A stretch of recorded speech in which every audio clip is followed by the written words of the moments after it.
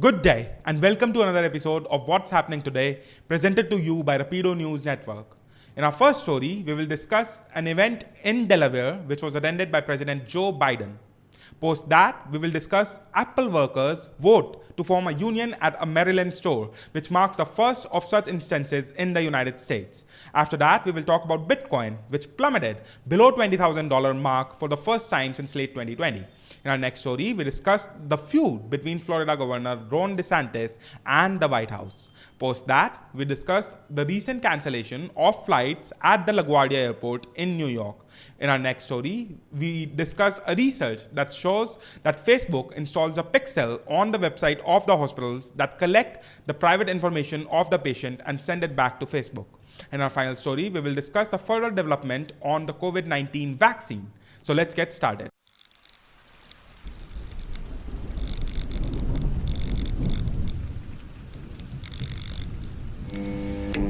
In our first story, President Joe Biden hopped out of church on Saturday evening to prove that he wasn't injured after falling over on his bike during a ride near his Rehoboth Beach home earlier in the morning.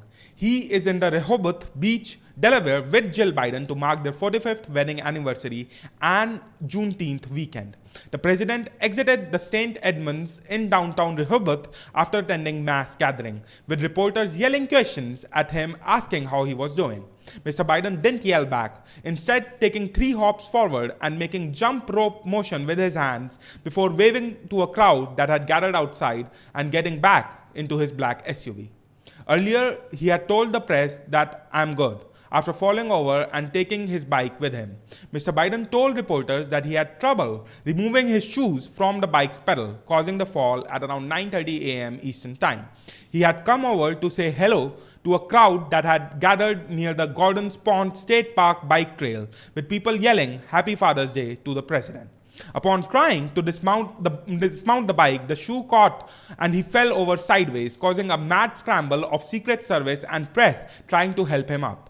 Gasps rang out after the fall, which saw Mr. Biden, aged 79, stayed on the ground for roughly 10 seconds before being helped by several Secret Service agents who immediately swarmed the downed president. Moments later, Mr. Biden was glad to handle the crowd, even bringing one woman out to meet the first dog commander who was being walked nearby. Now, in our next story, Apple employees at a Baltimore area store have voted to unionize, making it the first of the company's 270 plus stores in the United States to join a trend in labor organizing sweeping through retails, restaurants, and tech companies. The result, announced on Saturday by the National Labor Relationship Board, provide a foothold for a budding movement among Apple retail employees who want a greater voice over wage and COVID-19 policies. Employees of more than 2 dozen Apple stores have expressed interest in unionizing in recent months, union leaders said. In an election, 65 employees at the Apple store in Towson, Maryland, voted in favor of being represented by the union, known as the Apple Coalition of Organized Retail Employees, whilst 33 voted against it. It will be a part of the International Association of Machinists and Aerospace Workers, an industrial trade union that represents over 300,000 employees. I applaud the courage displayed by the core member at the Apple store in Towson for achieving this historic victory, Robert Martinez Jr., president of IAM International, said in a statement. Now, in our next story, the price of the Bitcoin fell below the $20,000 mark for the first time since December 2020 on Saturday, amid a broader market meltdown driven by rising interest rates, inflation, and economic uncertainty spurred by the war in Ukraine. It even sank below the $19,000 mark at one point on Saturday. Its fall was accelerated in the recent week by the collapse of 2 major cryptocurrency projects, that are Terra Luna and Celsius, while sowing doubts about the stability of the overall cryptocurrency market amongst the common people. Bitcoin has erased some $900 billion of value since its peak in November. From March 2020 to November 2021, the price of a single Bitcoin rose 12-fold, that is to $64,000. It passed its previous record of $19,738 in November 2020. The drastic sell-off shows how intertwined and complex the crypto market have become in the recent years, said R.A. Farrokhina, a professor at Columbia Business School who specializes in financial technology. As investors flee to less risky assets, this creates a cascade effect on top of the contagion effect, he said. Investing in bitcoins and other cryptocurrencies surged in the pandemic alongside other riskier bets on assets like meme stocks, collectibles including sneakers and trading cards, digital art and media known as non-fungible tokens or NFTs. The speculation was driven by free-flowing stimulus check, low interest rates on other investment, a social media frenzy, pandemic boredom, and the fear of missing out on the next big thing. Bitcoin was designed to transform the way people do transactions.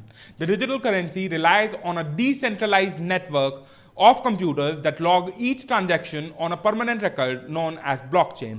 The record cannot be changed or controlled by anyone, including the governments and the central banks. Now, in our next story, Florida Governor Ron DeSantis is escalating his feud with the White House over the COVID-19 response as he positions himself for a possible presidential campaign in 2024.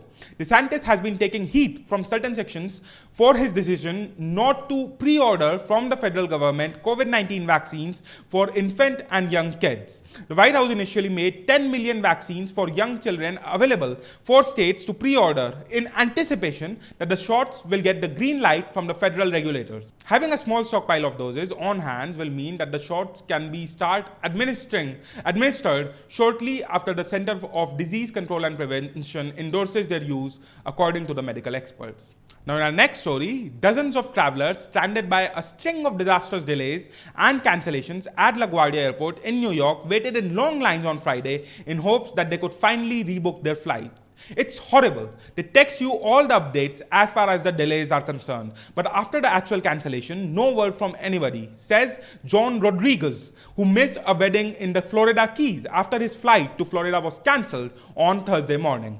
On Thursday, more than a third of all flights at the Queen's hub were cancelled in one of the worst travel days yet this summer, and the chaos spilled over into Friday, which saw 19% of the flight axed and another 24% with delays by late afternoon.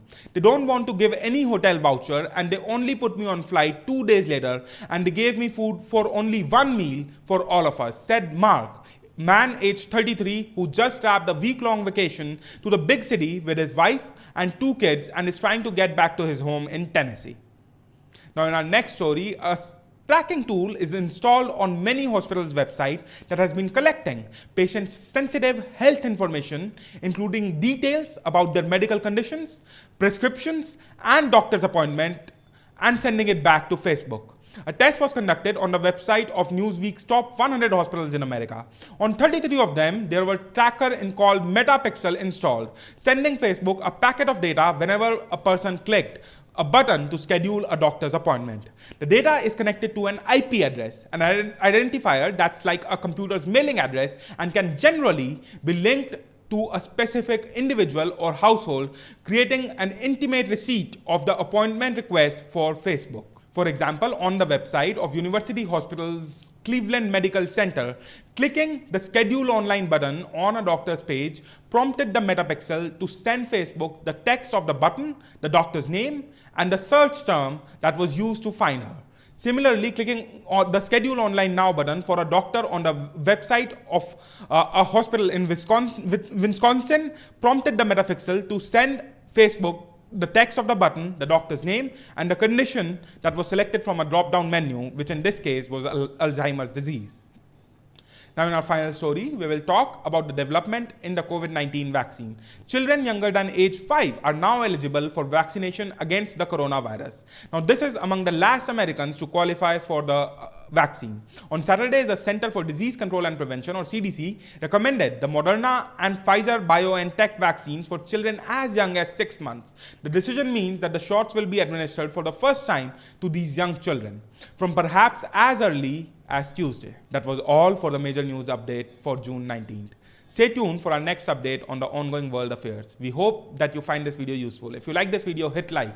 And for a continued update on what's happening around the world, consider subscribing. To get notified whenever we post something new, hit that bell icon. If you have any comments or any suggestions for us, please let us know in the comment sections below. Thank you.